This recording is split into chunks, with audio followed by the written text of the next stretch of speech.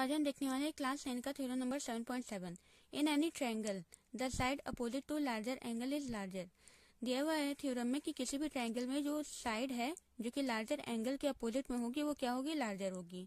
ठीक है, तो इसके लिए मैंने देखे यहाँ पे क्या बनाया, एक ट्रायंगल बनाया हुआ है ABC, और इस ट्रायंगल में मैंने एंगल B को एंगल C से बड़ा बनाया है। ठीक है, तो अगर एंगल B एंगल C से बड़ा है तो थ्योरम के अकॉर्डिंग हमें प्रूफ करना है कि वो साइड जो कि लार्जर एंगल के अपोजिट में है वो लार्जर है। तो लार्जर एंगल हमने किसको लिया, एंगल B को हमने बड़ा बनाया एंगल C से। तो एंगल B के अपोजिट में कौन सा साइड है, AC। तो लार्जर अपोजिट की जो साइड है AC वो ग्रेटर होगी किससे, स्मॉलर एंगल के अपोजिट में जो साइड है AB उससे। तो हमें प्रूफ क्या करना है कि किसी भी ट्रायंगल में वो साइड जो कि लार्जर एंगल के अपोजिट में होगी वो क्या होगी, ग्रेटर होगी। मतलब हमें क्या करना है, AC को AB से बड़ा दिखाना है। ठीक है, हमें ये चीज प्रूफ करनी है। अब देखिए इसके लिए सबसे पहले मैंने यहाँ पे गिवन में लिखा है, क्या लिखा है कि एक ट्रायंगल है ABC जिसमें एंगल B एंगल C से बड़ा है। ठीक है, एक ट्रायंगल है ABC जिसमें एंगल B एंगल C से बड़ा है, और हमें प्रूफ करना है कि AC ग्रेटर देन AB। हमें प्रूफ करना है कि जो AC साइड है AB साइड से क्या है, बड़ी है। ठीक है, अब देखिए इसको प्रूफ करने के लिए अब हम डायरेक्ट तो प्रूफ कर नहीं सकते क्योंकि यहाँ और कुछ तो है नहीं। तो देखिए हमें प्रूफ करना है कि AC बड़ा है AB से, AC AB से बड़ा है। लेकिन अगर हम इसको मान लें, अगर देखिए यहाँ पे इन दोनों साइड्स के बीच में क्या क्या पॉसिबिलिटीज बनती है। एक पॉसिबिलिटी तो ये बनती है जो हमें प्रूफ करना है कि AC AB से बड़ा है। दूसरा हम ये भी पॉसिबिलिटी बोल सकते हैं कि AC छोटा है किससे, AB से, या फिर हम बोल सकते हैं कि AC इक्वल है AB के। ठीक है, तो इन दोनों साइड्स के बीच में ऐसी तीन पॉसिबिलिटी बन रही हैं। अब क्या करना है हमें, तो अब हमें इन्हीं तीनों पॉसिबिलिटी से की मदद से क्या करना है, हमें इसको प्रूफ करके दिखाना है कि AC AB से बड़ा है।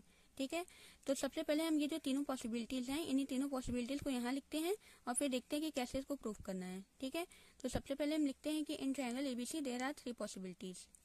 लिखते हैं यहाँ पर, इन ट्रायंगल ABC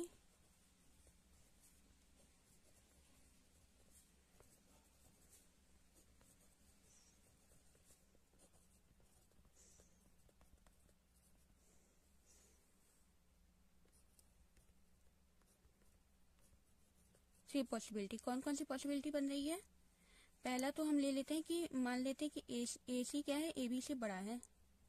पहले हम इक्वल वाला ले लेते हैं, जो हमें प्रूफ करना है उसको हम सबसे लास्ट में लेते हैं। तो सबसे पहले हमने मान लिया कि AC क्या है, AB से बड़ा है। AC is equal to AB, पहले इक्वल ले लेते हैं।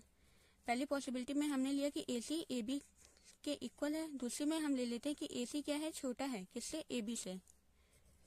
AC छोटा है AB से। और तीसरा हम ले लेते हैं कि AC क्या है, बड़ा है AB से। और ये तीसरी वाली क्या करना है, हमें प्रूफ करना है। तो हम क्या करेंगे, बारी बारी से पहले दूसरी पॉसिबिलिटीज को दिखाएंगे कि ये अगर तीनों पॉसिबिलिटीज को हम प्रूफ करके दिखाएंगे। अगर ये पहली दूसरी क्या हो जाती है, रॉन्ग हो जाती है, तो तीसरी वाली अपने आप राइट हो जाएगी, और यही हमें क्या करना है, प्रूफ करना है।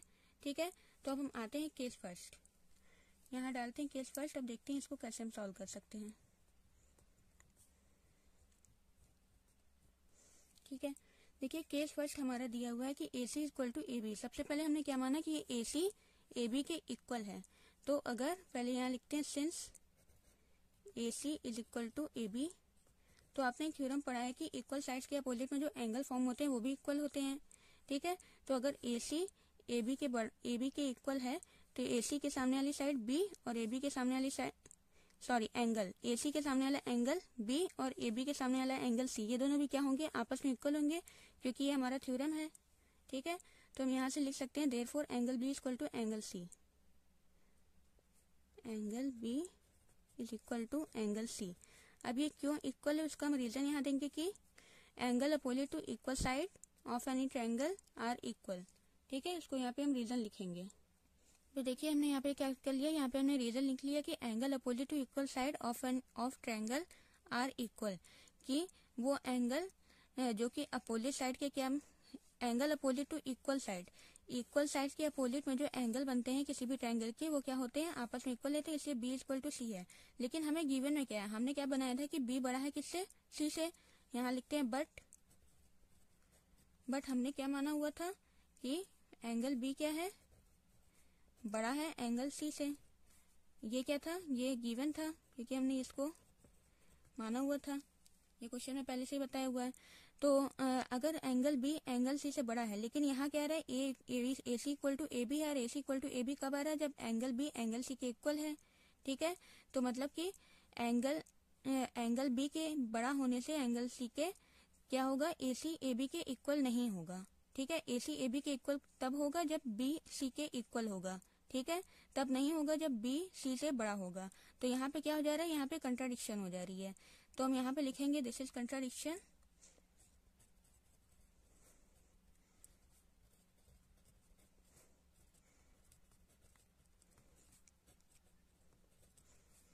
This is contradiction. अब ये कंट्राडिक्शन से हमें क्या मिला कि अगर b जो है c से बड़ा है तो ए सी ए बी के इक्वल नहीं होगा। ठीक है, तो यहाँ पे लिख सकते हैं A C is not equal to A B. ठीक है, ए सी ए बी के इक्वल तब होगा जब बी सी के इक्वल होगा, ना कि बी सी से जब बड़ा होगा। ठीक है, तो यहाँ पे पहला वाला केस जो है हमारा यहाँ पर रॉन्ग हो जाता है।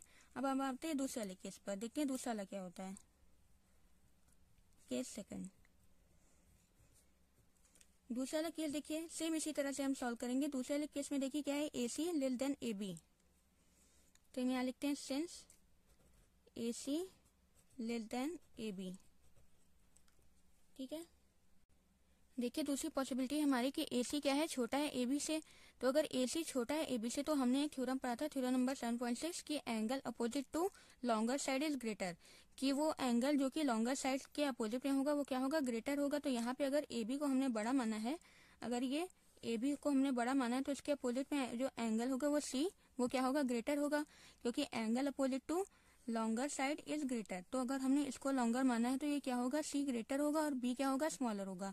तो इस थ्योरम के अकॉर्डिंग हम यहाँ लिख लेते हैं देयरफॉर ये ए सी के अपोजिट में कौन सा एंगल है, देखिए ए सी के अपोजिट में है एंगल बी।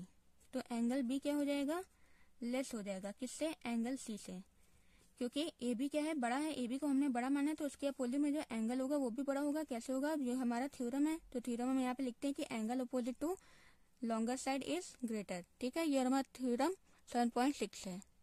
तो देखिए हमने यहाँ पे क्या लिख लिया, यहाँ पर वो थ्योरम लिख लिया जिससे क्या है, angle opposite to longer side is larger. तो अगर वो एंगल जो कि लार्जर साइड के अपोजिट में क्या होगा, वो लार्जर होगा। लेकिन हमें गिवन में क्या दिया हुआ है, बट हमें तो दिया हुआ है कि एंगल बी बड़ा है एंगल सी से। ठीक है, तो एंगल बी अगर बड़ा है सी से, तो ए सी जो है ए बी से छोटा नहीं होगा। क्यों नहीं होगा, ए सी जो है ए बी से छोटा तब होगा जब बी छोटा होगा सी से। ठीक है, ना कि बी बड़ा होगा सी से। तो यहाँ पे क्या हो जा रहा है, यहाँ पे कंट्राडिक्शन हो जा रही है। ठीक है, तो यहाँ पे फिर से लिखते हैं, ऊपर जैसे सेम है यहाँ पर, दिस इज कंट्राडिक्शन।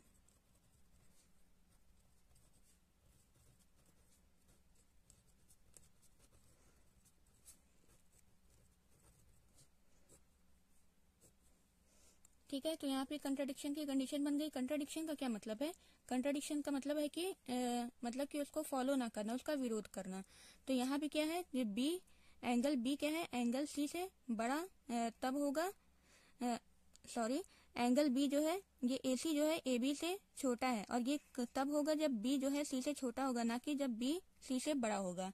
ठीक है, तो अब देखिए अगर ये कंट्राडिक्शन की कंडीशन यहाँ बन गई तो हम यहाँ लिख सकते हैं, क्योंकि बी जो है सी से बड़ा है, ऐसा हमने सबसे पहले माना हुआ था, बनाया हुआ था अपने फिगर में ही। तो अगर बी सी से बड़ा है तो उसके लिए ए सी ए बी से छोटा नहीं होगा। ठीक है, तो ये यहाँ पे फॉलो नहीं कर रहा, तो इसलिए इसको यहाँ पे लिख सकते हैं A C, therefore A C not less than A B. ठीक है, ए सी जो है ए बी से, ए सी जो है ए बी से जो है छोटा तब होगा जब बी जो है सी से छोटा होगा, ना कि बी सी से बड़ा होगा। तो ठीक है, ये भी दूसरा लकेल भी हमारा क्या हो जा रहा है, यहाँ से गलत प्रूफ हो जा रहा है। हमें कौन सा प्रूफ करना है कि बी जो है सी से बड़ा है, हमें ये वाला प्रूफ करना है हर जगह, लेकिन ये वाला अभी दोनों केस में क्या है, गलत हो गया। अब हम आते हैं तीसरे वाले पे। अब देखिए क्योंकि दो तो गलत हो गया तो तीसरा वाला ही सही होगा, क्योंकि ट्रायंगल के अगर ये दोनों साइड्स हैं तो या फिर दोनों इक्वल होगा, या फिर ये बड़ा होगा इससे, या फिर ये छोटा होगा इससे, इसके अलावा तो कुछ हो नहीं सकता है। तो मतलब कि अगर दो हमारा गलत प्रूफ हो गया तो तीसरा वाला सही होगा। ठीक है, तो इसलिए हम बोल सकते हैं कि तीसरा वाला क्या है, देयरफॉर ए सी जो है ग्रेटर होगा ए बी से। ठीक है, तो अब हम आते हैं यहाँ पे तीसरा वाला लिखते हैं। तो क्योंकि तो हमारा दो केस जो है हमारा ऊपर रॉन्ग प्रूफ हो गया, कंट्राडिक्शन की कंडीशन दोनों यहाँ बन गई, पहले वाले केस में भी और दूसरे वाले केस में भी। तो हम डायरेक्ट यहाँ लिख सकते हैं कि AC अब ग्रेटर होगा किससे, AB से होगा। ठीक है, तो हम यहाँ लिख लेते हैं therefore AC greater than AB।